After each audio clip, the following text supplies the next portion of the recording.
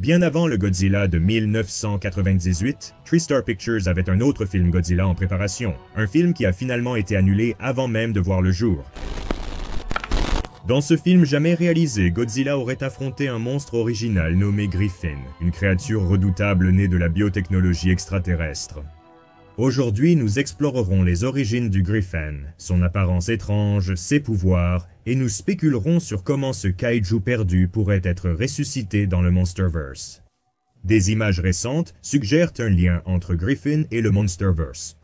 Alors assurez-vous de regarder l'analyse d'Al sur les actualités avant de commencer cette vidéo, ou jetez-y un œil une fois que vous aurez terminé ici. C'est pourquoi je trouve que c'est le moment parfait pour explorer une théorie sur les monstres. Abonnez-vous pour plus sur les monstres de Godzilla, vous en avez envie, alors allons-y. Le Monsterverse présente de nombreuses similitudes avec le film Godzilla de 1994 annulé, où Griffin aurait semé la terreur. Il aurait repensé Godzilla comme un monstre géant et une force de la nature. Un gardien créé par la Terre pour protéger la vie des menaces extérieures. Comme dans le Monsterverse, Griffin, à l'image de King Ghidorah, aurait été son redoutable adversaire venu de l'espace.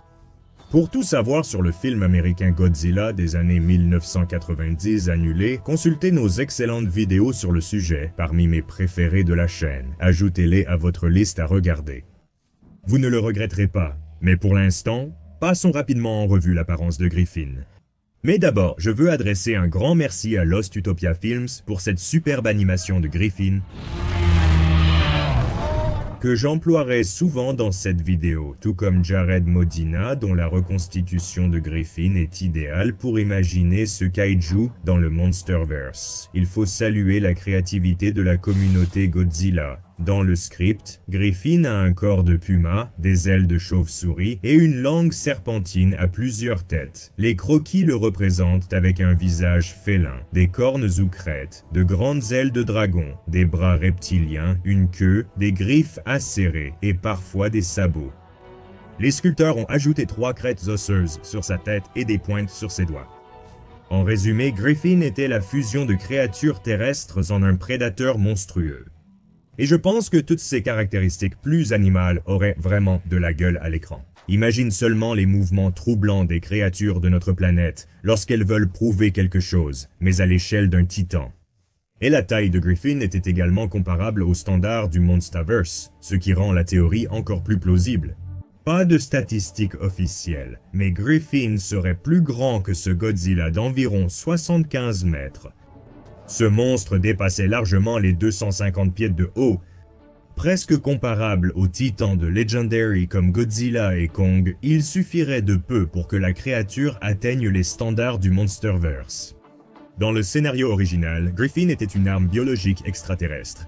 On disait qu'une civilisation ancienne avait envoyé des formes de vie sondes métalliques à travers la galaxie pour anéantir des mondes. Et vous l'avez deviné, l'une de ces sondes s'écrase sur Terre, ressemblant à une flaque de métal liquide vivant. Ensuite, elle a engendré des créatures en essaim qu'on appelait des chauves-souris sondes. Elles absorbaient l'acide désoxyribonucléique des animaux locaux et le transmettaient au corps principal. Loups, ours, chauves-souris, oiseaux, tout était permis. Au fur et à mesure que la sonde recueillait du matériel génétique, elle commençait à prendre une forme définitive. À ce stade, elle prend la forme du griffon, une bête géante créée à partir de l'acide désoxyribonucléique d'êtres vivants. La vie qu'il dévore devient le modèle de sa biologie. Et les capacités du griffon sont vraiment terrifiantes. Voici un aperçu. Il est puissant, attaquant avec de grandes griffes et mâchoires. Maintenant, c'est un élément de conception complètement fou. Il a une langue en forme de serpent à tête multiple, ce qui signifie que plusieurs appendices, ressemblant à des serpents dans sa bouche, peuvent jaillir comme des armes, un peu comme le King Ghidorah des langues. Griffon peut lancer des éclairs ou des projectiles d'énergie depuis ses ailes, capable selon le script de détruire facilement un train et un dépôt de carburant.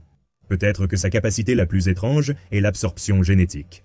Le griffon contrôle ses probas pour chercher de nouveaux acides désoxyribonucléiques, les absorber et régénérer ou remodeler son corps.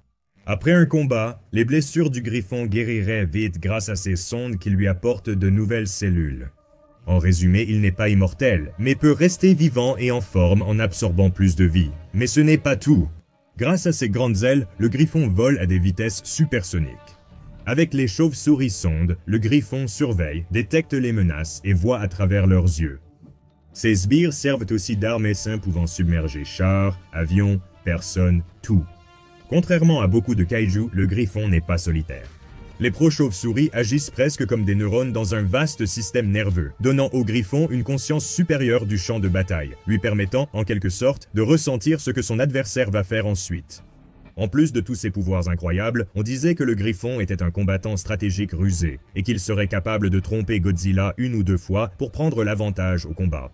Alors, comment ce griffon pourrait-il être réimaginé aujourd'hui dans le tonitruant Monsterverse ? Dans le script de 1994, le griffon était plus qu'un monstre, un envahisseur, une arme de destruction planétaire. Un résumé de cette histoire aurait été ainsi. Il y a longtemps, une race extraterrestre a envoyé le griffon sur Terre pour terraformer ou détruire la planète. Godzilla, ancien protecteur de la Terre, se réveille face à cette menace. Les deux monstres s'affrontent dans une bataille épique à travers plusieurs continents, un scénario qui pourrait s'insérer là où le Monsterverse s'est arrêté. En parlant de ce film, dans une récente actualité sur Supernova, elle a expliqué qu'un caméraman du prochain film avait ce logo sur sa caméra qui reprenait le design d'un griffon traditionnel de la fantasy, avec un éclair traversant son centre.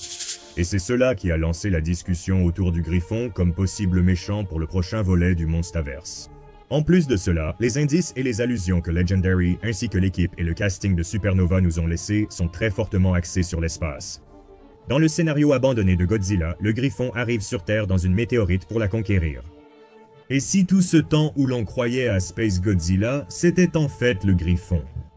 Cela aurait du sens. Intégrer enfin cette idée géniale de kaiju dans un film serait un accomplissement. Gâcher ce superbe design de Stan Winston m'a toujours gêné, alors j'aimerais vraiment le voir réalisé. Et bien sûr, sans le prix exorbitant du Godzilla de l'espace de Toho.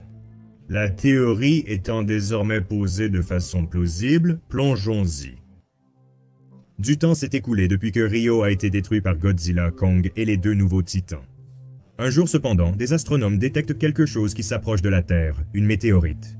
Ils pensent que ce n'est qu'un autre morceau de roche qui brûlera dans l'atmosphère et fera une vidéo virale en ligne. Mais ils ignoraient la vraie nature de cette roche spatiale. Griffin, arme terrible de destruction, arrivait. Après que la météorite s'écrase sur Terre, l'entité Griffin, avant d'avoir une forme physique complète, chercherait les êtres les plus puissants. Dans le Monsterverse, vous savez qui ils sont. En affrontant des monstres moins puissants, Griffin deviendrait progressivement plus capable de gravir les échelons de la chaîne alimentaire des titans à chaque nouvelle espèce rencontrée, jusqu'à devenir assez fort pour peut-être même tuer un titan alpha. Je ne sais pas quel titan Griffin choisirait d'abattre, mais selon cette théorie, l'arme extraterrestre tuerait un titan populaire pour renforcer les enjeux de l'histoire. Griffin adopterait progressivement l'apparence d'une bête, hommage au design de Stan Winston, avec une touche moderne inspirée des Titans. Une nouvelle agence ou faction est créée pour éliminer tous les monstres hostiles, avec pour but ultime de tuer le Griffon, d'où l'éclair le traversant sur leur emblème. Le logo. Cette faction, bien plus militarisée que Monarch, est prête à tirer face à toute menace, ami ou ennemi. Là, je passe rapidement sur une grande partie de cette histoire. Évidemment, je ne peux pas écrire tout un scénario ici, mais à un moment donné, Godzilla devrait affronter Griffin, et peut-être qu'à ce moment-là, la forme de vie extraterrestre parvient à capturer une partie de l'acide désoxyribonucléique de Godzilla, prenant ainsi une partie de sa forme. Cela rejoindrait à nouveau l'idée de Space Godzilla, d'une certaine manière, nous donnant le clone maléfique de Godzilla qu'est Space Godzilla. Alors que le roi des monstres et Griffin s'affrontent dans le monde, Monarch et la nouvelle faction Zeus, non provisoire, luttent contre des sondes chauves-souris issues aussi du scénario annulé. Nous les emmenons aussi, ce qui rend l'évolution de Godzilla dans le nouvel empire plus logique. Pour moi, Skarkang et Shimo n'étaient pas une menace suffisante ni connue de Godzilla lors de son évolution, donc ils ne pouvaient pas en être la cause. Godzilla, sentant un ennemi venir de l'espace, aurait pu ressentir de l'anxiété. Le dernier monstre venu de l'espace l'a presque tué, et il a dû avoir l'aide de Mothra et de l'humanité pour vaincre Ghidorah. Donc, cette théorie rend aussi l'évolution de Godzilla beaucoup plus marquante, du moins à mon avis. Mais pour être honnête, Godzilla a vraiment besoin d'une victoire ici. Nous devons voir Monster contre Godzilla obtenir au moins une autre victoire épique et triomphante avant même d'envisager qu'il soit remplacé par un successeur.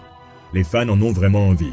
Je veux retrouver l'intensité d'un combat de Godzilla, que j'ai seulement perçu avec Godzilla contre Kong dans le Monsterverse.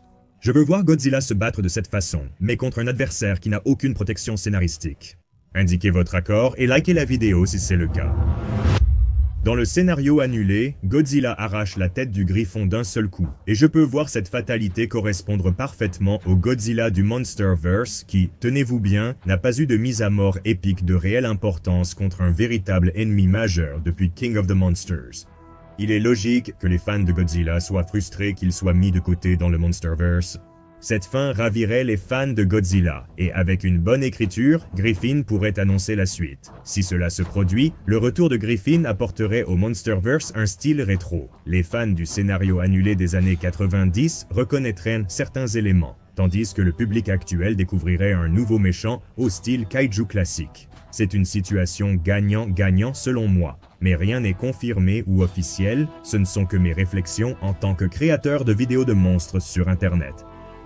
Merci beaucoup à vous tous d'être ici en ce moment, surtout si vous êtes restés jusqu'à ce point de la vidéo. Vous êtes vraiment géniaux, tout comme notre gars Godzilla. Alors faites tout ce qu'il faut sur YouTube, abonnez-vous, aimez la vidéo, partagez-la, restez dans Dangerville. C'était Jacob, on se retrouve à la prochaine.